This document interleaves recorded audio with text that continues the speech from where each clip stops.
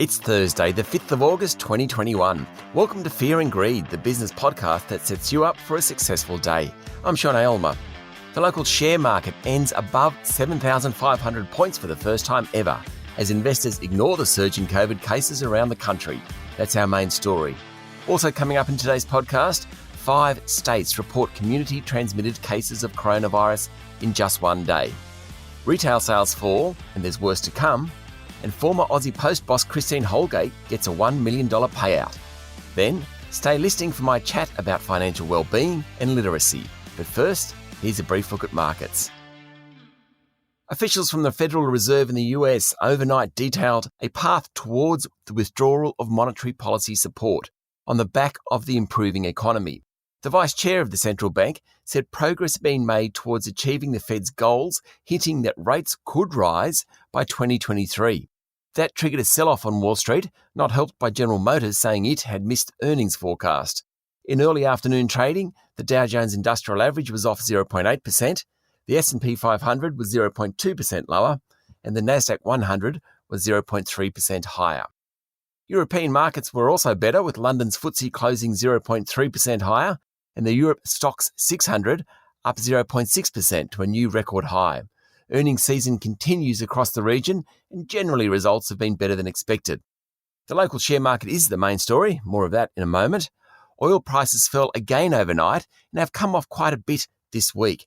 Brent crude is now trading just above $70 a barrel.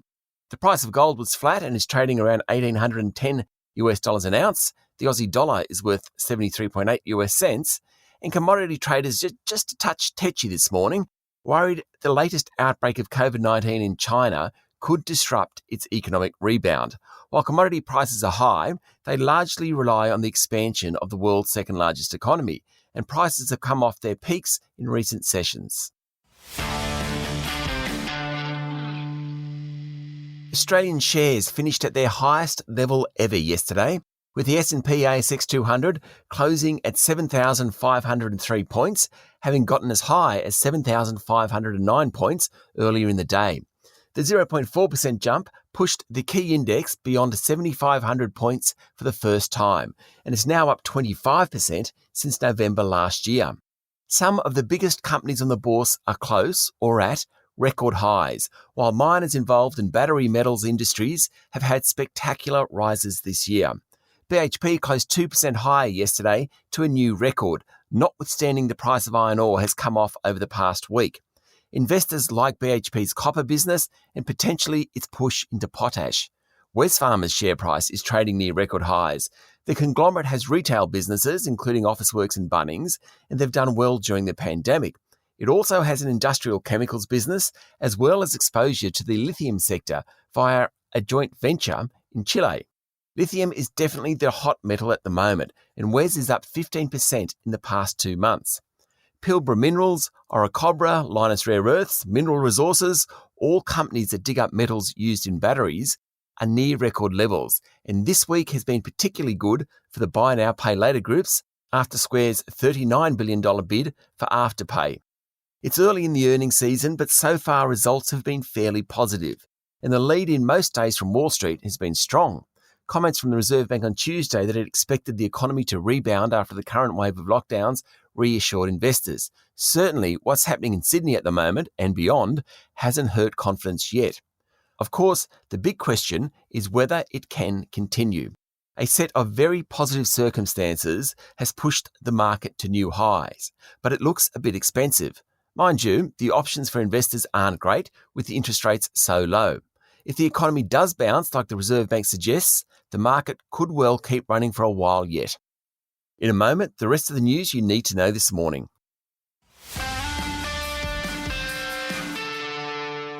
In overseas news, Indonesia yesterday reached the milestone of 100,000 deaths from coronavirus, the second country in Asia to do so behind India. Southeast Asia is now the epicentre of the global pandemic as more developed nations around the world vaccinate their citizens. The US still tops the list of fatalities at 614,000, followed by Brazil at 558,000, India at 426,000, and Mexico at 242,000 people. Robinhood has been among the more interesting floats on Wall Street this year. The trading app gained popularity last year when retail traders stuck at home started using it, sending so-called meme stocks soaring. It listed last week, that's Robinhood. It fell back and then jumped 24% yesterday, back above its listing price. Overnight, its share price surged by up to 82%, causing the Nasdaq exchange to briefly halt trading a number of times, as retail investor boards, including Reddit, pushed the stock. Like many of the rises in prices of meme stocks purchased through Robinhood, there's not much rationality to what's going on. And the unemployment rate in New Zealand, which is broadly COVID-free, fell to 4% during the June quarter, its lowest level in 18 months. The economy, and particularly its mortgage market, is doing very well post-coronavirus. Locally, the likelihood of the current lockdown in Sydney ending at the end of the month recedes every day as the virus continues to spread. New South Wales reported 233 new COVID cases yesterday, its third worst since the outbreak began 7 weeks ago, and State Premier Gladys Berejiklian said the number of cases probably hadn't peaked. Tragically, an unvaccinated man in his 20s with no underlying health conditions died while isolating at home. New South Wales Health said it was very concerned with the high amounts of the virus detected in the sewerage for the Newcastle area north of Sydney. In Queensland, there were 16 new local cases yesterday, mostly linked to the Indooroopilly cluster. The current cluster stands at 63. A fully vaccinated man from Cairns tested positive as well, but is not linked to that cluster. In Western Australia, there was one new community transmitted case, and it's possible the fly-in, fly-out worker was infectious in the community for a couple of weeks. South Australia reported one new case as well, connected to the cluster in Adelaide's northeastern suburbs.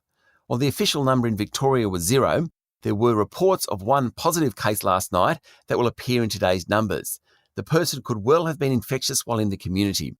The Victorian state government said it was on track to lift restrictions next week.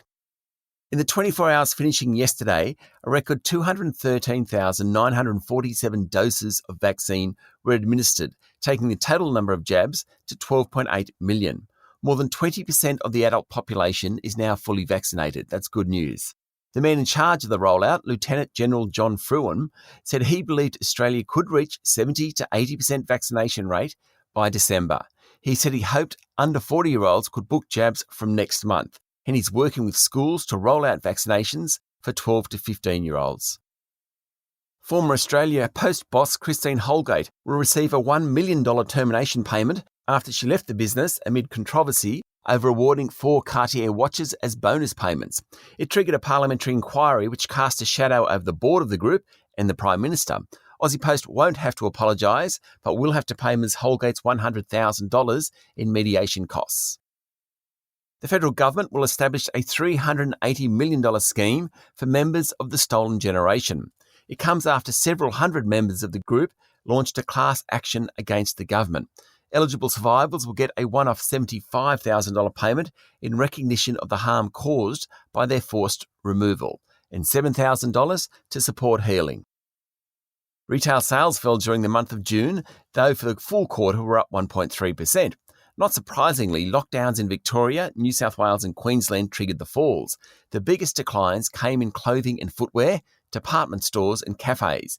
The bigger story will come when figures for July and August are released by the Bureau of Statistics. They'll include the full extent of lockdowns going on at the moment and will, in part, drive an overall contraction of the economy during the current quarter. Roy Hill is the country's largest private iron ore mine, owned 70% by the country's richest person, Gina. It will start paying quarterly dividends, and yesterday said it would return $1.35 billion to shareholders, including more than $1 billion to Ms Reinhardt on the back of high iron ore prices. That puts her on track to receive $4 billion in dividends this year. Not bad. Woodside Petroleum, the largest oil and gas group in the country, said the cost of its offshore Scarborough gas development was projected to reach $12 billion and it hopes to ship its first cargo load in 2026. It's an expensive business, oil and gas. Given the growing push to ensure sustainable projects, spending this much money on fossil fuel extraction will certainly have its critics. Woodside's share price rose yesterday 1%. It certainly is busy in the buy now, pay later world. Citibank yesterday launched its offering in which products can be paid for in 4 or 8 increments. The global bank is using Australia as a test market, which makes sense because the sector here is far more advanced than most other economies. Commonwealth Bank is expected to announce the launch of its Step Pay product later in the month. In a significant High Court decision yesterday, the power of business to define employment by contract has been bolstered, overturning an earlier decision that meant casuals were entitled to paid leave. That decision was tipped to cost business up to $39 billion in back pay. It means casuals will be defined on their job description rather than the practical reality of their work.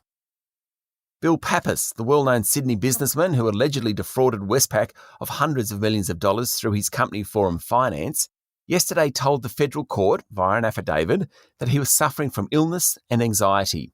He said he had troubles responding to court orders because of poor internet access in Greece, where he's staying. Westpac has alleged Forum Finance defrauded it of $294 million. Mr. Pappas was expected to turn up in Australia a month ago, but he didn't show. Half-year results have started to trickle in. GUD Holdings has 2 parts to its business, automotive parts and water and pump products. It reported a 31% jump in pre-tax earnings on stronger sales. It's a case of COVID helping revenue. Because it's currently hard to import new cars, the average age of cars is rising, and that means they need fixing. And people aren't going overseas, but they are taking driving holidays. Those 2 factors combined have helped GUD revenue, though its CEO, Graham Wickman, was cautious about the outlook. GUD's share price fell 3.3% yesterday. Genworth Mortgage Insurance, which does exactly as its name suggests, provides insurance for people borrowing money for a home, returned to profit after a disastrous 2020. An improved economy, higher house prices and lower interest rates helped Genworth. Its share price jumped 7.6% yesterday. And finally, this morning, onto the Olympics. Peter Bol. The Australian of Sudanese descent came 4th last night in the 800 metres. Great result for Australia. His performance will have a huge impact on people's views about the Sudanese community in this country. It is a wonderful outcome and demonstrates the best of sport. Up next is our daily interview, and my guest today is Alexander Hassel, co-founder and CEO at Your Financial Wellness. We've lived with the pandemic for 18 months now, and for many, the financial stress is building, with new research revealing 1 in 2 Australians are under pressure. It's pretty confronting, and Alexander explains who's hardest hit and what we need to do about it. That's up next in the Fear and Greed playlist on your podcast platform or at fearandgreed.com.au. It's Thursday, the 5th of August, 2021. I'm Sean Aylmer, and that was Fear and Greed. Enjoy your day.